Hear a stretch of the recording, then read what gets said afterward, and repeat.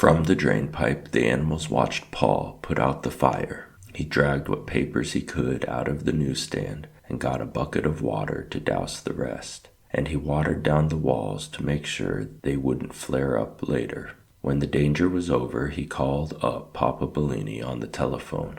"What a mess," said Tucker Mouse, looking at the soggy, smoldering piles of papers and magazines. No one knew what to say. "What are you going to do, Chester?" said Harry Cat finally. "I'm going back there," said Chester. "If the Bellinis find me gone, they'll think I set the fire and ran." "What makes you think they won't think you set the fire and stayed?" said Tucker. "I'll have to take that chance," said Chester. Before the cat or mouse could say anything to stop him, he hopped over to the newsstand. Paul had told the engineer that he would miss a few trips on the shuttle and was waiting for the Bellinis. He didn't want anyone monkeying with the cash register while the cover was off. The conductor thought that the cops and bags from the animals' party had been left by Mario or Papa. While he was taking them over to the trash barrel, Chester jumped up on the shelf. Nothing there had been burned, but there was a smoky smell to everything. The cricket took a downhearted leap into the cage and settled himself for whatever might come. It didn't take the Bellinis long to arrive. They had taken a taxi, and when the Bellinis took a taxi, you could be sure it was an emergency. Chester could hear them hurrying down the steps from the street. Papa was trying to soothe Mama, who was wheezing heavily from asthma and excitement. When she saw the heaps of scorched magazines and newspapers, she began to moan and shake her head.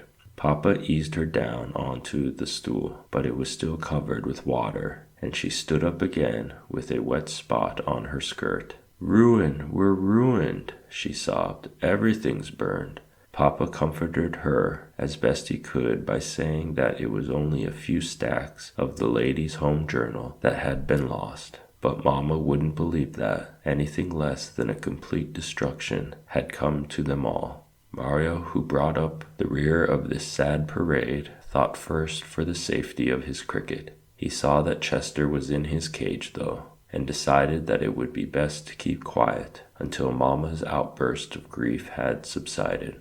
Paul told them what had happened, how he smelled smoke and heard the alarm ringing. Then he came to the part about the animals who had escaped from the burning newsstand. "So," said Mama Bellini, all her despair changing into anger. "Animals in the newsstand again. Didn't I tell you?" She lifted her forefinger at Mario. "Didn't I say the cricketer would ask in his pals? He probably set the fire. He's a firebug." Mario didn't have a chance to speak. He would open his mouth to defend Chester, but before he could say a thing, the words were drowned in Mama's flood of reproaches. She had found someone on whom she could blame her unhappiness, and there was no stopping her.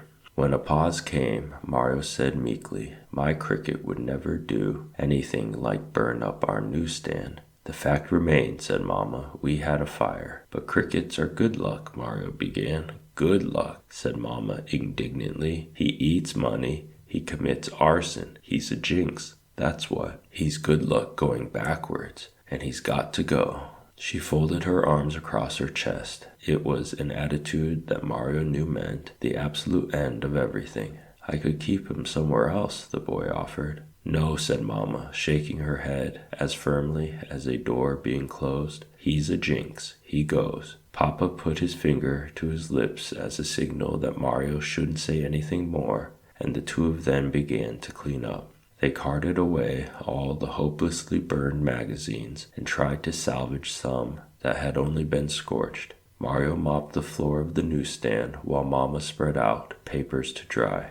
By the time they were finished, it was almost the hour for the first wave of commuters. Chester was lying on the floor of the cricket cage. He felt guilty, because even if he hadn't said it, in a way the fire was his fault. If he hadn't invited everyone into the newsstand, it wouldn't have happened. And it was his playing of the Roomba that had made Tucker want to dance, and so tip over the matches. And he did eat the $2 bill. He began to believe that he really was a jinx.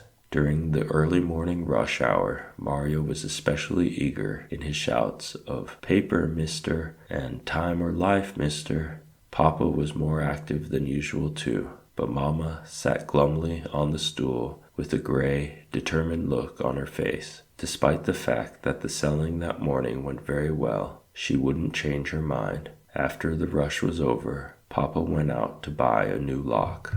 Chester heard a soft scratching from behind the Kleenex box. A familiar face peeked out. "What's going on?" whispered Tucker Mouse. "You shouldn't be here," said Chester under his breath. "They might catch you." "I had to find out what you were doing," said Tucker. "They're going to throw me out," sighed Chester. Oh, Tucker moaned. "And it was me that did it. Supposing I give you the rest of my life savings, maybe we could buy them off." Chester leaned his black little head up against the bars of the cricket cage. "Not this time," he said. "Mama's got her mind made up. I can't blame her either. I wish I'd never come to New York." "Oh, Chester," wailed Tucker Mouse, "don't say that. You'll make me feel like a rat, and I'm only a mouse." "It's not your fault, Tucker," said Chester. "I've been nothing but bad luck to them since I came." Without knowing what he was doing, the cricket began to chirp to ease his feelings. He found that it helped somehow if you sang your sadness. He wasn't paying much attention, and just by accident he played the first few notes of an Italian folk song he had heard the night before. It was so melancholy, and yet so sweet, that it fitted his mood exactly.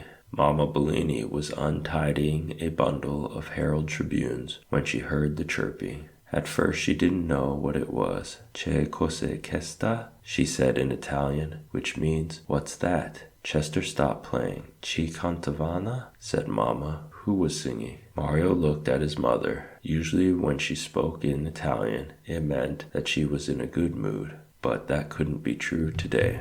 Now Tucker Mouse was a very good judge of character, both animal and human. He thought he heard a kind of softness in Mama Bellini's voice. "Play some more," he whispered to Chester. "She hates me," said Chester. "It'll only make her more angry." "Do as I tell you," commanded the mouse urgently. So Chester started to chirp again. He was in such disgrace anyway. What difference could it make? The piece he was playing was called "Come Back to Sorrento," and by the greatest good luck, it happened to be Mama Bellini's favorite song. Back in Naples, Italy, when Papa was courting her before they came to America, he used to come beneath her window on a moonlit night and sing this ballad to the plunking of an old guitar. As the cricket chirped, the whole scene came back to Mama. The still, warm night, the moon shining down on the velvety bay of Naples, and Papa singing to her. Tears welled up in her eyes as she thought of the bygone times, and very softly she began to murmur the words of the song. Chester Cricket had never played with so much skill before. When he heard Mama singing, he slowed his tempo so she could keep up without straining. When she was loud, he was too, and then softer when she got choked up with emotion and her voice dwindled. But always his chirping carried her along, keeping her on the right beat and the right tune. He was the perfect accompanist. Mario was dumbfounded. He stared astonished at the cricket cage and then at his mother. It was just as marvelous for his mother to be singing as it was for a cricket to chirp familiar songs. Sometimes, when she was very happy, Mama Bellini whistled,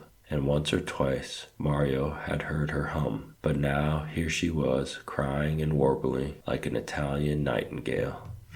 Chester finished "Come Back to Sorrento." Keep it up, squeaked Tucker Mouse. "She's a sucker for sad songs." Before Mama's mood had a chance to wear off, Chester began chirping the selections from opera that he had played during the party.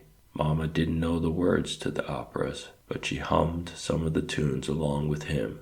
Mario was as still as a stone.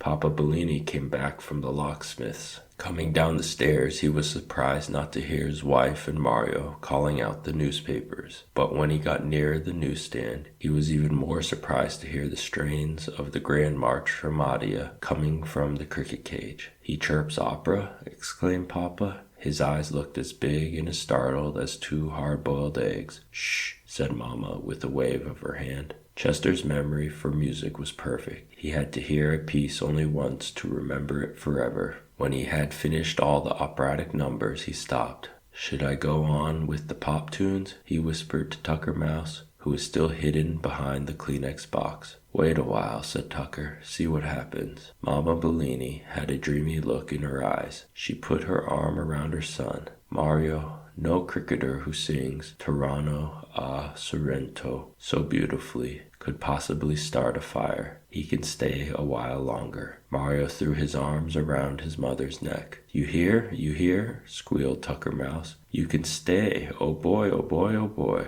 And this is only the beginning. I'll be your manager, okay?" "Okay," said Chester. And so began the most remarkable week in Chester cricket's or any cricket's life.